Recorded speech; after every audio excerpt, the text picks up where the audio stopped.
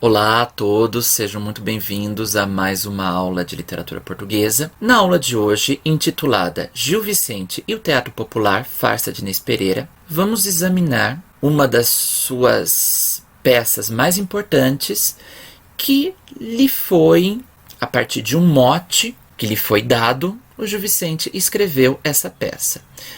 Alguns duvidavam de que Gil Vicente era o autor das suas peças, acreditavam que ele plagiava outros autores, e essas pessoas realmente caíram no cavalo, porque ele disse, então, dei-me um mote, eu faço uma peça. E deram-lhe o seguinte mote: mais vale um asno que me carregue a um cavalo que me derrube. E a partir daí ele construiu uma das suas obras-primas. Posso dizer que quem caiu do cavalo foram os que duvidavam do talento do Gil Vicente.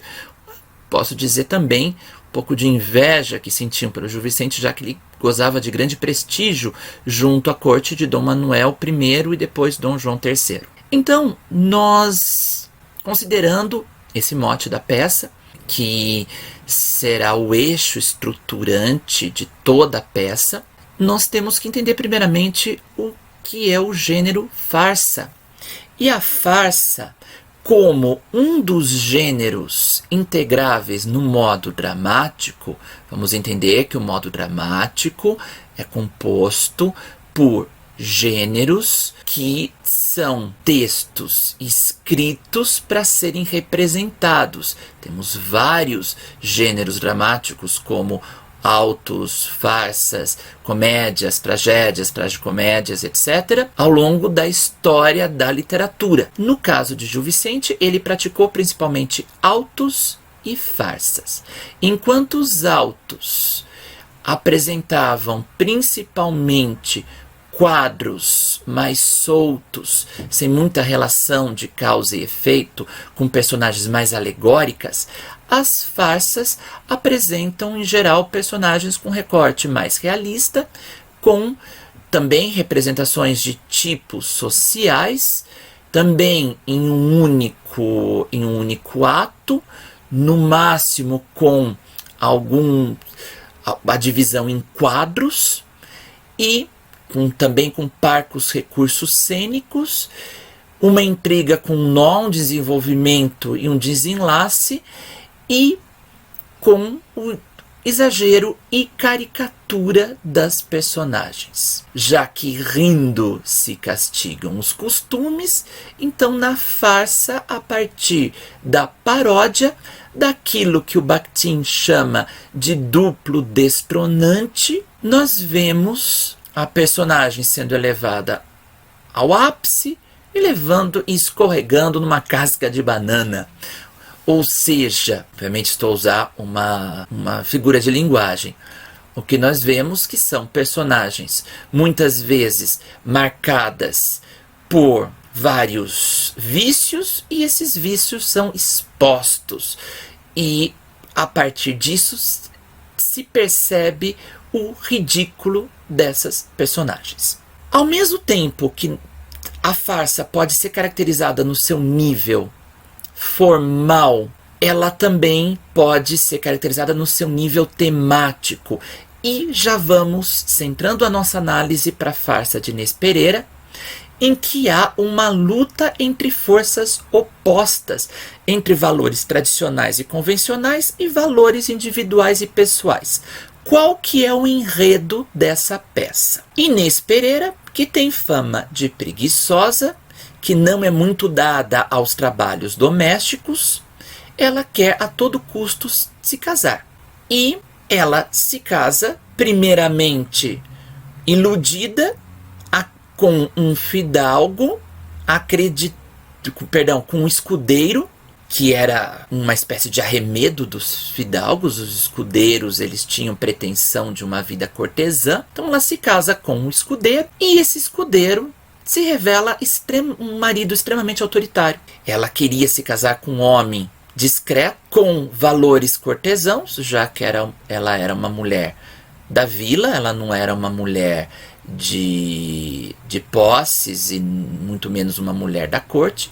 Ela desejava, iludida, esses valores cortesãos, e, portanto, ela se casa enganada com este homem que representará, no mote da peça, o cavalo que a derruba. Este homem, que é extremamente autoritário, que a deixa enclausurada em casa e a proíbe de cantar, ele vai para a guerra e todo valentão, só que nessa guerra, ele vai na guerra, como era comum, servir o rei no propósito das guerras de cruzadas, e lá ele acaba por fugir como um covarde e acaba sendo morto. Inês recebe uma carta do seu irmão a dizer que o marido tinha morrido na guerra dessa maneira covarde, e imediatamente ela se apressa em se casar com um primeiro pretendente. O primeiro pretendente que ela tinha recusado, que era um lavrador, mas um lavrador com posses. Então ela percebe que, casando-se com ele, ela teria possibilidades de um controle sobre o marido, e tanto que, assim que se casa, reencontra um antigo amor de infância e juventude, que é um ermitão, e pede que o marido a leve nas costas até o ermitão, e praticamente para ter encontros amorosos com o ermitão, já que esse marido era tolo. Então, é o marido que é o asno que a carregue. Então, que literalmente a carrega nas costas. O que nós vemos é o seguinte: esses dois maridos são apresentados a Inês por figuras que celebram o consórcio a partir de valores monetários. Aqui uma forte crítica de Gil Vicente a essa ética mercantil, que envolve a primeira personagem, que é uma alcoviteira de nome Leonor Vaz, que apresenta o lavrador Pero Marques, a Inês, que é representado pelo asno que a carrega, e depois os judeus casamenteiros que apresentam Inês ao segundo pretendente, com quem ela se casa pela primeira vez, que é o escudeiro, representado simbolicamente pelo cavalo que a derruba. Então, tanto a alcoviteira como os judeus casamenteiros representam esses valores mercantis. E é interessante também, nós vemos, que eu vou explicar depois, essa personagem da alcoviteira, já que a alcoviteira é uma personagem que transita, um tipo social que transita por várias classes sociais, nós vamos ver a relação da alcoviteira com a igreja, representada pelo frade. Na farsa, normalmente há essa oposição entre os valores tradicionais e convencionais, ou seja, tanto a mãe como a alcoviteira acreditavam que seria melhor para Inês se casar com um homem de posses, com esse lavrador tolo, que é o Pero Marques. Enquanto a Inês seguia por valores individuais e pessoais. Ela quer se casar para não ter que trabalhar, para não ter que fazer os trabalhos domésticos, e com um homem de vida cortesã, com fidalgo. Por isso, nós vemos esse choque de valores nessas forças opostas de pais e filhos. E essa personagem, Inês Pereira, ela apresenta um comportamento psicológico que vai evoluindo ao longo da peça. Por mais que ela seja uma personagem tipo, ou seja, a moça da vila, a moça casamenteira, também a mulher adúltera, quando ela se casa pela segunda vez, ela tem uma lógica e um ritmo próprios, segundo Antônio José Saraiva e Oscar Lopes. Só que essa personagem, como também as outras, são marcadas por caricaturas que não são gratuitas, que resultam dessa acentuação de traços típicos. E a partir da caricatura, gera-se o cômico na peça. E o cômico da peça, além de ser gerado pela caricatura, gera-se também do encontro de concepções diferentes e contraditórias. Basta nós vermos num dos quadros em que Pero Marques que é o parvo, o tolo, mas é um lavrador com posses, que na primeira vez quando ele se encontra com a Inês e ele fica a sós com ela, há toda a minha preocupação de Pero Marques de ficar a sós com ela, porque ela era uma mulher solteira. Enquanto Inês Pereira não tem essa preocupação, já que ela mesma afirma que outros homens querem procurar damas como se estivessem a caçar essas damas sem necessidade de se casar. Então, Inês Pereira apresenta valores individuais que se chocam aos valores convencionais dessa sociedade. Normalmente, quando há o confronto desses valores, gera-se o efeito cômico. Então, não só pela caricatura, mas pela oposição desses valores. Eu vos fiz uma análise detalhada de quadro a quadro, entendendo cada quadro a partir da didascália da entrada e da saída de personagens. E aí eu vos explico que na macroestrutura de uma peça teatral, o Massaú de Moisés recomenda que se estudem os atos como a maior unidade significativa da peça, só que nesse caso, nessa peça, como nos autos e nas demais farsas de Gil Vicente, nós temos um único ato. Depois, menor que o ato, são as cenas em que se fecha uma determinada parte do conflito. E depois os quadros que são marcados pela entrada e saída de personagens. Então aqui nós temos vários quadros. E nesses quadros nós temos alguns elementos que valeriam a pena ser destacados, além dos vários que eu deixei nos slides. É interessante que o texto dramático ele caminha do presente para o futuro. Então não há espaço para digressões, não há espaço para volta ao tempo. No máximo, uma personagem ela conta o que lhe aconteceu. Nós temos alguns exemplos dessas analepses.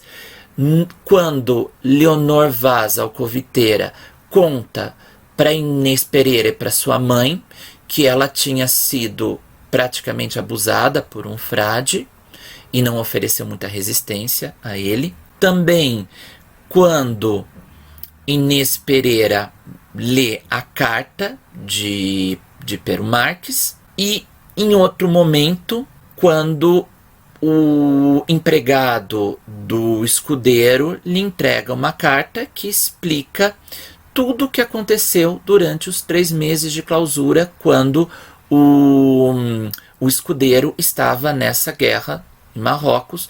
Então, ao ler a carta, não é necessário voltar tanto tempo, ou seja, não retarda o tempo do enunciado.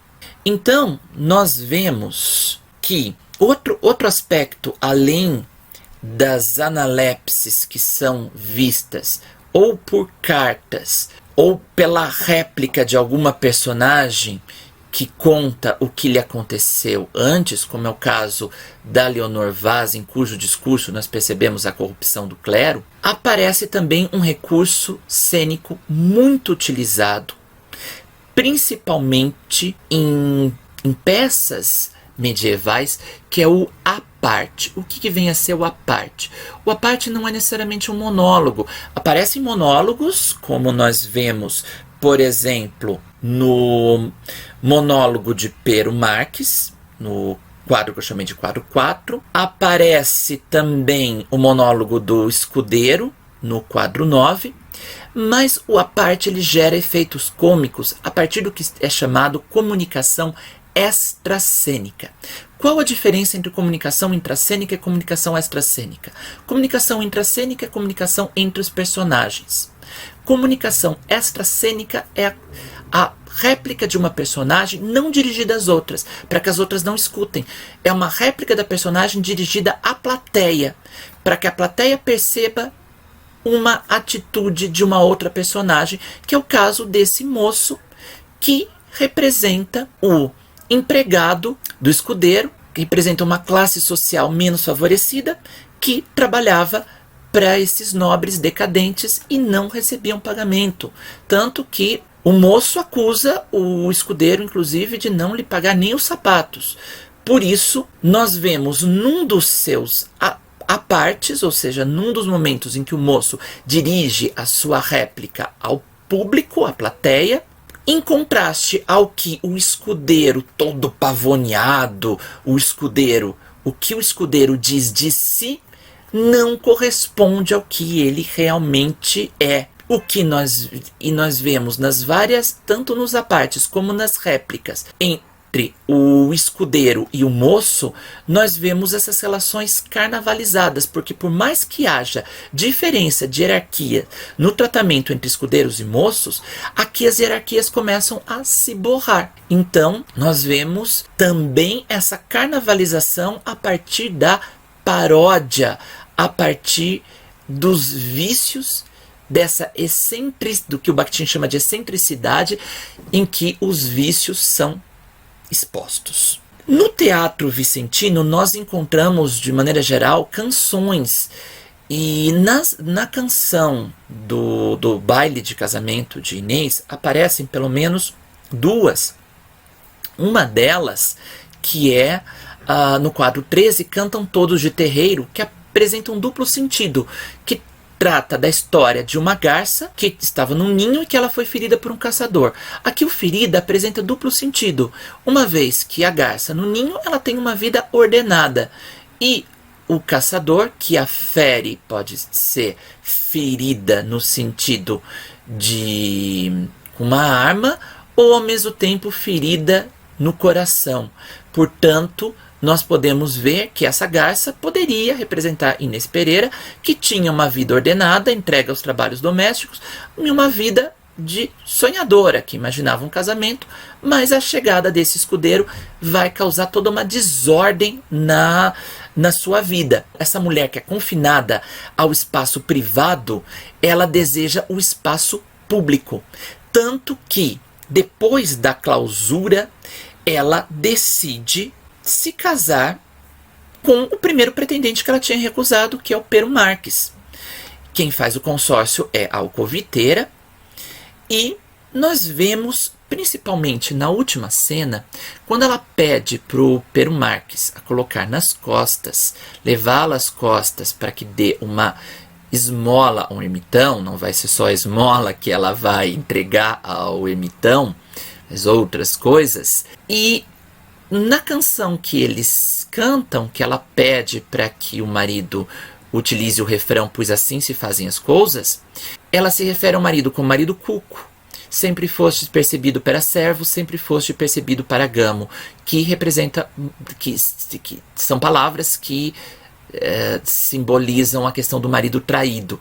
Então, nós vemos o movimento da peça na figura dos dois pretendentes, dos dois, que vão ser depois os dois maridos, a recusa do asno, que a leve, devido a uma ilusão, para buscar uma vida cortesã. Enganada, Inês casa-se com o cavalo que a derruba, e a partir do arrependimento, a partir da mudança, ela reconhece esses valores convencionais, tanto da mãe como da Leonor Teles, de que um casamento deveria ser feito, portanto, a partir dessas questões financeiras. Mas não que ela seja levada por essas questões financeiras, mas ela é levada pelo fato de que o Pero Marques era desprovido de grande inteligência. Então, nós vemos que Inês Pereira, pense o seguinte, é uma mulher nesse contexto de transição da Idade Média para a Idade Moderna, em que muitas mulheres mal liam. Inês Pereira, ela lê as cartas. Vejam que as cartas funcionam como personagens na peça, tanto a carta de Pero Marques, apresentando-se a ela, como a carta do irmão de Inês, a mostrar o que aconteceu com o escudeiro. Então nós vemos que o movimento da peça é um pêndulo em direção, primeiro, à recusa do asno que a carregue, a aceitação do cavalo que a derrube, a recusa do cavalo que a derrube para a aceitação do asno que a carregue. Então, essas personagens que são tipos sociais, que representam comportamentos individuais, na farsa de Inês Pereira, elas apresentam-se nessa gangorra de valores, oscilando ora por valores convencionais, ora por valores individuais, que geram um efeito do cômico, também alicerçado pela caricatura dos tipos, como os tipos que realizam os dois casamentos, como os judeus casamenteiros, e a Leonor Vaz alcoviteira, que nós vemos tanto o engano e ao mesmo tempo o vil metal, a corrupção dos costumes, tanto nas alcoviteiras como nos judeus. Então as alcoviteiras, elas são colocadas no mesmo nível dos judeus, ou melhor, os judeus são colocados no mesmo nível das alcoviteiras. Vale perceber que nas peças vicentinas, dentro dessa estrutura carnavalizada, as hierarquias começam a se borrar. Por mais que haja um mundo oficial, mundo hierárquico, essas hierarquias se borram, permitindo o livre contato familiar, o livre contato das várias classes sociais. Por hoje é só. Muito obrigado.